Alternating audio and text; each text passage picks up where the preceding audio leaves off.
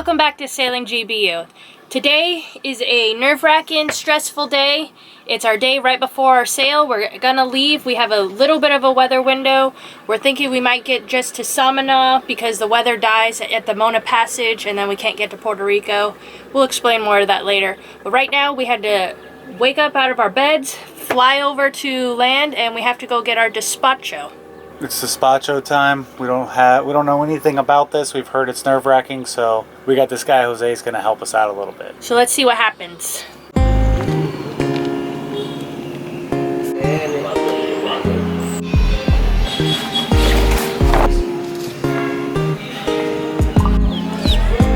So we finally got our enclosure, our last pieces, the back and the side, and now we're here going to get our despacho. Everything's going crazy. It's loud and crazy out here. Alright guys, so far so good. We're getting the checkout process. It's starting to get right. You know, this guy chased us down. Our Flacco stuff got done. So, you know, we're just Things trying are to hustle. lining up and we're staying positive. I am. Yeah, you're not. This is the adventure, you know. This is what you sign up for when you want to be a cruiser. Yeah, nothing goes smoothly. There's some bureaucratic loopholes you got to jump through. It's you know, but I'll say it's probably way easier to come here than it is to come to America. Like all of our foreign expats, Australian people and Canadians, they're like, yeah, getting into the U.S. is a disaster. You know, they really work you over. So. Well, thank God we're Americans. Yeah, we're going to Puerto Rico. We're going to Puerto Rico. And we're Americans, so we're just gonna roll right up. All right, guys. So we have our despacho now, and it took us. How long did it take us? 2 hours.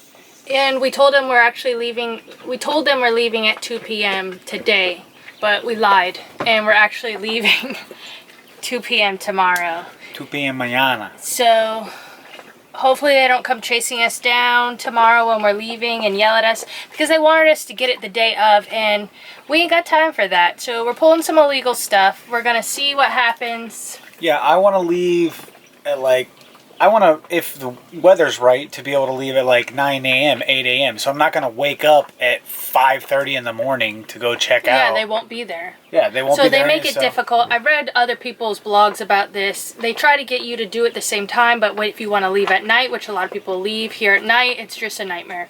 So we lied. Yeah, we just lied, because sometimes you gotta wiggle a little bit, you know. Rules were made for breaking. So we'll see. If they run us down, the Navy, and says you cannot leave, then we'll come back and we'll be in big boy trouble. But hopefully we'll be fine. And we'll miss our weather window and we'll cry. I'll cry and then maybe they'll let us go. Yeah, or I'll just start speaking to them in full-blown English the whole time, like they always do to me. And I'll just say, nope, not turning around. I'm sorry, I can't turn around. There's too much wind right now. And they'll say, they're going to pull their guns out and we're going to have a blaze out on the high seas. Okay, no, that's not happening. Anyways, we wanted to talk about how much we paid all together. Yeah. Coming here. If you're planning on coming here or if you're just interested. Okay, so we were here for 6 months and it cost us, between our Port Authority fees, our bay fees, and our immigration fees, it was $366 total. I'm sure that'll fluctuate depending on what year you come here. I don't know, that's not too bad for 6 months. No, it's not too bad, but it did add up between our mooring ball, those fees, and all that, but whatever. So now I'm just gonna cook up some food to prep for tomorrow, and Matt's gonna finish a few boat projects. You gotta clean the bottom again because it grows back fast. So you guys thought it was crazy last time. It's probably similar to that. Yeah, the growth is pretty aggressive here in the DR.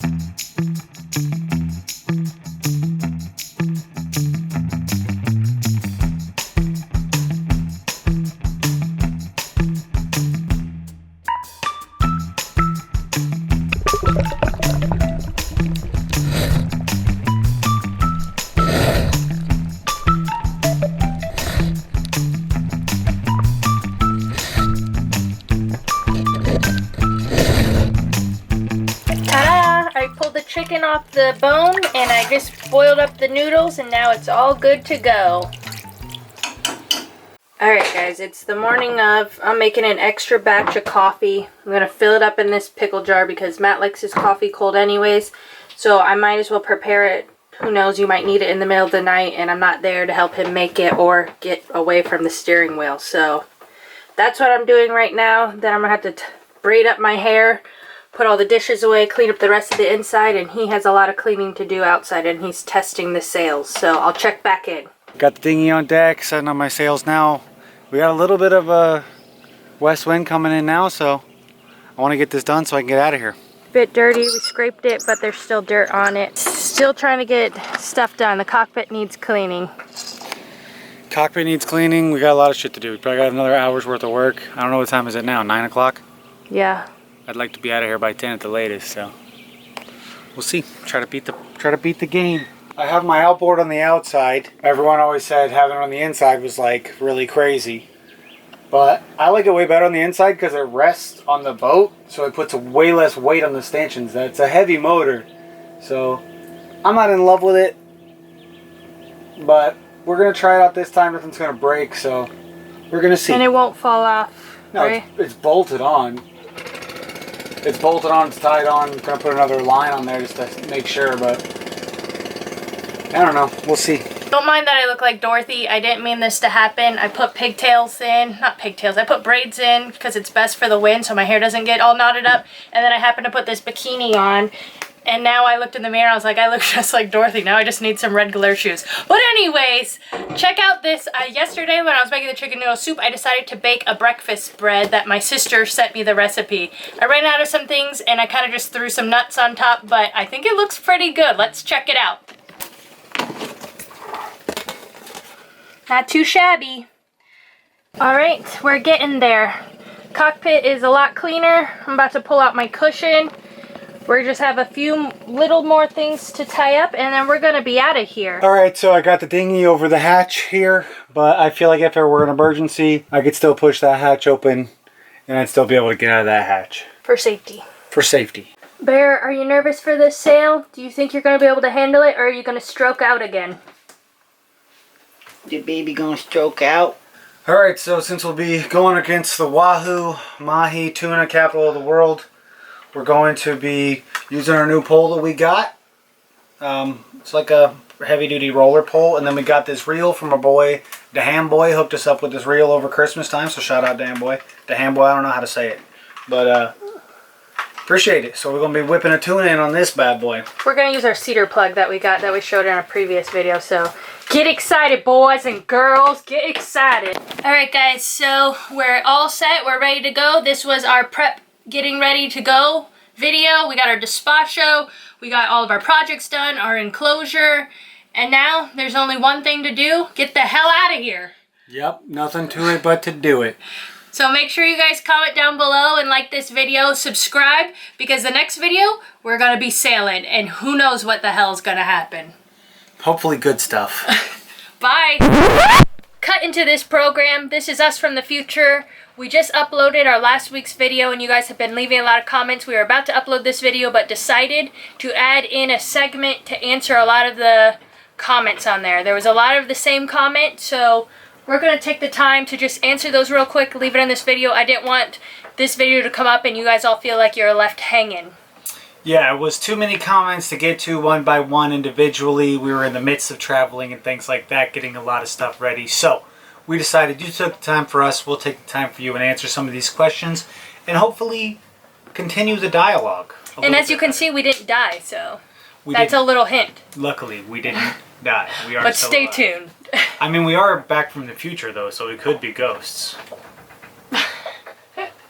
Anyways, back to what we were answering. So the big discussion was last week, as I said, my motor would run cool and then run hot and things like that. So a lot of people said it was the thermostat, which of course is great advice. You guys really kind of came through with some really good ideas. But I've been through like all the thermostat possibilities. When I was in Miami, I went to authorized Yanmar dealership and I bought all the thermostats, like 4 different ones. They have kind of a universal one that goes for all the GMs, all the HMs and things like that. But I put them all in, and the only thing it would do is it would just run super, super hot. So either I got like 4 or 5 bad thermostats that were just all wrong, or something's just... There's a different problem. Yeah, it's just something ain't stirring the Kool-Aid in that engine. She's an old girl, So I don't know what the deal is, but I took the option of running cold over running hot. And it's been about 3 years, but from what I've read, and maybe you guys can expand on this a little bit, but is that the problem with a diesel running too cold is it doesn't burn the fuel off properly, which means you use more fuel, you don't get as much horsepower, and it kind of gunks up your engine a little bit more, leading to smoke and things like that. So let me know if that's right. We have a lot of diesel enthusiasts out there, but yeah, that was the main thing. So I really have no idea what to do. I'm just trying to keep this bad boy kicking along for as long as I can keep her running. So I know when she runs at 200 degrees, she only runs for about, I don't know, 5 minutes before I have to shut her down. But at 120, 130, I can run her for hour after hour after hour, and she puts along at a little bit of a... It's been working, thank God. It has been working. And, you know, maybe next season, next hurricane season, we might pull the boat and do, like, some serious boat work, fix the engine, do all that crazy stuff. But for right now, we're just kind of getting by. We're just getting by with her. Because I'm not a mechanic, so I don't want to start busting stuff apart and then all of a sudden can't put it back together. You know, we all did that trick when we were kids. We tried to take our alarm clock apart. Why would you take your alarm clock apart? You know, you take your alarm clock apart and then you just to see how it works. Put it back together. I'm the person that I was always too nervous. Once you take it apart, I felt like even if you put it all back together, it probably wouldn't work. Well, yeah, that's what happened to me. So that's why I'm nervous to take my engine apart, because the little things I do, it takes me forever just to get it going. But yeah, so that was the main thing. But we were working this video to get out of old beautiful Looperon. And the dispachos and all that stuff, all the hoops they make you jump through, it's a big nightmare. And then trying to get the boat ship shape was kind of tough too. And we didn't even explain what a despacho was, so maybe explain that. As I was watching back on the video, I was like, we didn't even tell anybody what it was. Yeah, Hispaniola is a little bit different. It's not like the Bahamas where you just go and you get a cruising permit and you can do whatever you want, pretty much, go wherever you want, and as long as you're within your 90 days or whatever your ticket time is. But I think because there's so much immigration all around here between, you know, Haiti, the Dominican, Puerto Rico, South America, Central America, there's a lot of immigration ports here and stuff like that. So I think that they're really on top of what they do. They make you get a despacho for every city you go to. Like, even if you want to just go out for a day sail, they want you to have a despacho because they want everyone to be on top of what's going on, even though it never really seems like they are. No. It seems like you could literally just come and go as you please, but sometimes they chase you down. I think realistically there's no big strides being made against the war and immigration. I think they just want to shake you down. You know, if they see some gringos, they want that money. They're like, we want that money, you're going to pay up. Because what a lot of people will do, and even in the cruising community, there is a bit of a theme where we've heard people, they're like, yeah, we just go, we stay for a day, and then we leave. So basically what happens is they use this port, and then the port authority, immigration, doesn't get their fees, their $20, their $40 or whatever, which, you know, goes a long way around here. So that's a legitimate thing they want. And cruisers will just stop for a night or two and then leave. So they'll be up your butt a little bit about just stopping and going. And then obviously Puerto Rico is right over there, and they don't want us bringing immigrants either. So it's kind of touchy. When you come to Hispaniola, it can be kind of a pain in the ass because it's super annoying. As cruisers, we all wait for weather windows and like prepping the boat, and the last thing you want to do is spend 4 or 5 hours waiting for basically a useless piece of paper for nothing. Just for the guy to be like, okay, cool, you know, awesome. They never know when you're coming. They never know when you're showing up. It's just major hassle. I don't see what's so great about it. What it actually gets done at all. You're gonna deal with that? Yeah, I think even if we got a despacho and we said, hey, we're going here, I don't think people check to see if you're there. If you die, I don't think they're like, hey, Sailing Good, Bad, and Ugly never made it here. Yeah, they don't. They definitely do not do that. Because that's why you'd check out of America, right? Yeah, I mean, you would have... We never checked out of America either. Yeah, I mean, you want to let people know where you're going, but we always check out with family. So we're always like, hey, Dad, if you don't hear from me in 3 days, go ahead and call the law. Because something ain't go right. I feel like that's the most annoying thing. You get somewhere new, you want to relax and stuff. There's either someone coming to your boat saying, hey, who are you? Ready to pay up? Like, you got to check into each country and do that whole thing, but that's just something you have to do. No, I mean, you got to pay Pay up. your fees. You got to pay the cost You got to be the do boss. that. Yeah, I mean, and that's the right thing to do. You should live by wherever country you go to. You should do it the way they do it. This just seems like horribly inefficient, and I know they sail. I know they're, you know, boaters, and they realize that 5 or 6 hours when you're sailing a couple hundred miles can make a bit of difference in the weather you hit, you know, stuff you get stuck out there in. So it's like can be a bit annoying, especially when you're getting ready to set sail. There's sometimes that anxiety and that nervousness of how's it going to be anyway, so you're really just trying to get up out of there. Having to sit there and twiddle your thumbs for 3 hours is pretty pointless. Alright guys, well, thank you so much for all your comments on the last video, and for all of our new subscribers, hi. And I hope you guys like this video, and subscribe and comment down below, and we'll see you guys next week. Stay tuned for the sail.